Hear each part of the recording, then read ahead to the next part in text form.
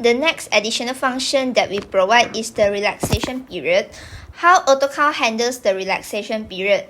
So in my earliest video, I have shown that when you enable the e-invoice module and set up the relaxation period date, so as you can see here, my relaxation period now is until 31st December 2005. So what does this mean?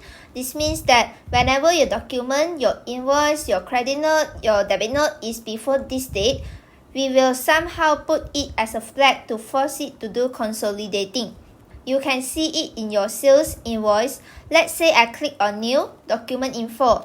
You can see there is a checkbox Consolidated e-invoice. You will realize that this checkbox will be automatically ticked. What does it mean?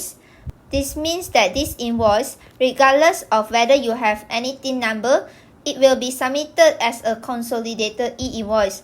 It will not submit the e-invoice individually. So for example, now I create an invoice and I approve and send. You will realize there's no e-invoice status over here. This transaction will be captured into our consolidated function and will be submitted as a consolidated e-invoice. That's how easily you can operate in our invoice. The relaxation period is also flexible for you to practice, but of course, according to the LHDN guideline, the maximum relaxation period you can have is only 6 months.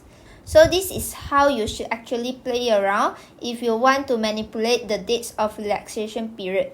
And that's all for this video.